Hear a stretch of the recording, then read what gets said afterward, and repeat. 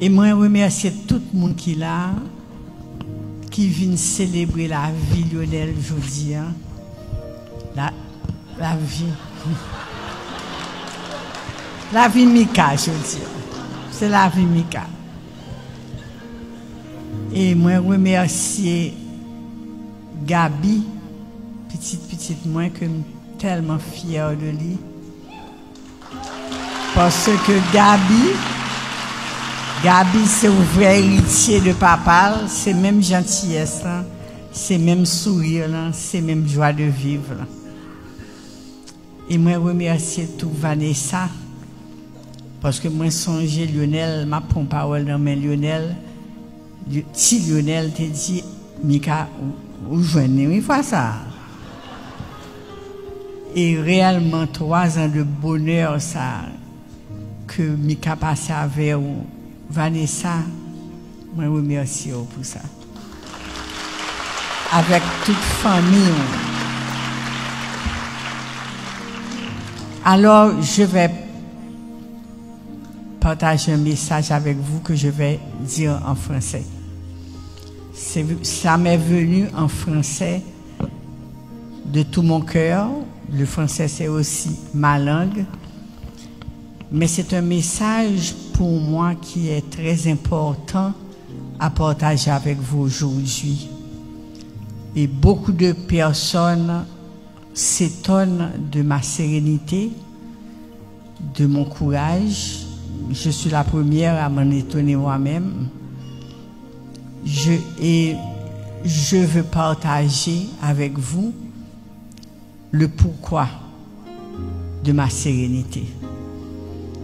Après ma foi en Dieu, parce que je sais que Dieu m'aime, Dieu ne veut rien de mauvais, ni pour moi, ni pour ceux que j'aime. Mon courage vient aussi de ce que je comprends du départ de Mika. Parce que pour moi, ce qui s'est passé, c'est pas quelque chose de... Je ne veux pas dire que c'est pas quelque chose de normal, mais il faut comprendre ce qui s'est passé et je vais partager avec vous ma compréhension. Mais pour ça, je vais m'adresser à Mika. J'ai envie de lui parler. J'ai envie de lui parler devant vous. Parce que je sais qu'il est là, qu'il nous écoute. Et je veux devant vous tous partager quelque chose avec lui. Mika, ton départ dans l'au-delà, dans le royaume de la lumière où tu te trouves déjà, nous obligera à passer à travers une grande douleur. Cette douleur est la mienne, celle de Lionel, de Lionel, de Mélodie, de Vanessa, de Gabi, de Léa et de Maya aussi, qui ne connaîtra pas son père. Ce sera aussi la douleur de chacun des membres de nos familles qui sont présentes à cet événement ou qui n'ont pas pu venir. La douleur aussi de nos proches, la douleur des musiciens et de tous tes fans à travers plusieurs pays du monde. Nous éprouvons cette douleur parce que nous étions très attachés à toi. Très attachés à cette personne attachante que tu étais.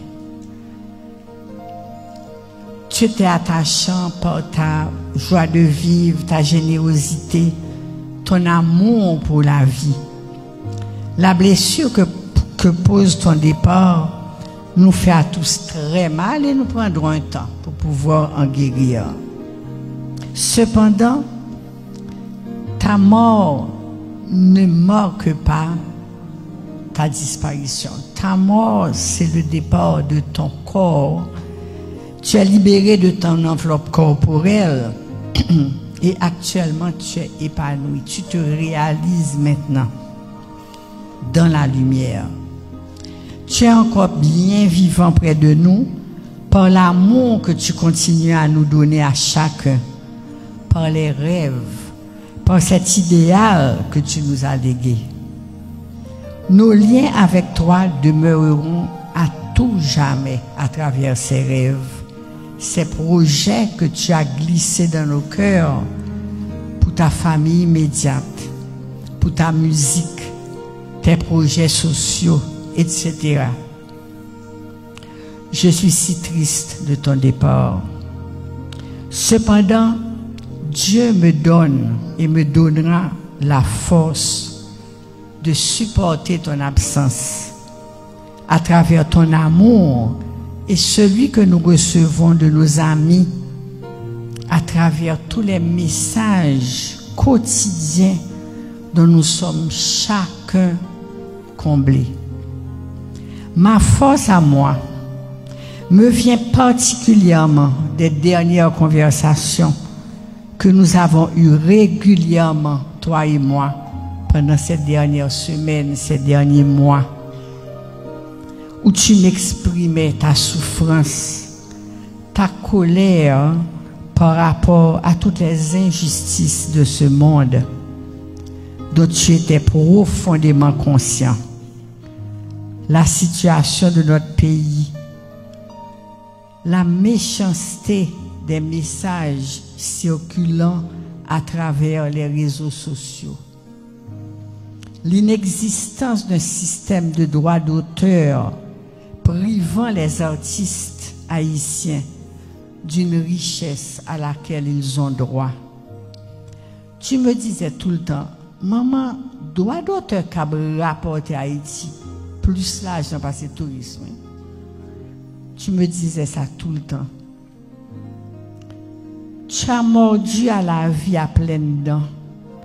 Tu avais des conversations animées, passionnées, sans fin, avec plusieurs personnes sur chacun de ces sujets. Et je te revois dans ton téléphone. Tu ne t'asseyais pas, tu marchais, tu courais en train de parler à tes amis et discuter de ces sujets avec eux. Et tu te sentais impuissant à réaliser tes idéaux. Mais je sais qu'au dernier jour de ta vie, tu avais atteint une certaine sérénité. Tu avais clairement défini les actions que tu avais à accomplir. Et je sais que tu t'étais libéré quelque peu de ce sentiment d'injustice qui te ravageait. Je sais qu'un des projets qui, comme moi, te tenait à cœur était qu'Haïti retrouve sa paix. Nous avions commencé, toi et moi, à élaborer un travail avec les membres de la communauté des médiateurs pour la paix en Haïti, dont je suis la présidente et qui lance des programmes créés par Martine Libertino. Nous étions loin. J'avais rendez-vous avec toi le mardi du cyclone à Tempa. On devait terminer ce plan. Et tu m'as dit ce jour-là, ah, maman, pas d'éducation pour la paix, non? Je suis en train de sécuriser ma famille. Mais sache, Mika, je dis devant tout le monde que j'irai au bout de cette action. Mika, tu n'es pas mort. Tu n'es pas mort parce que nous allons découvrir un sens à ton départ. Tu n'es pas mort, Mika, parce que nous avons déjà, plusieurs d'entre nous, des actions concrètes à poser pour perpétuer ton existence. Tu n'es pas mort parce que ton fils vient d'annoncer qu'il va faire une fondation pour Mika Ben. Tu n'es pas mort parce que tu nous as laissé un des héritages les plus grandioses que notre humain ait légué à des générations futures et dont nous n'avons pas fini de découvrir la richesse.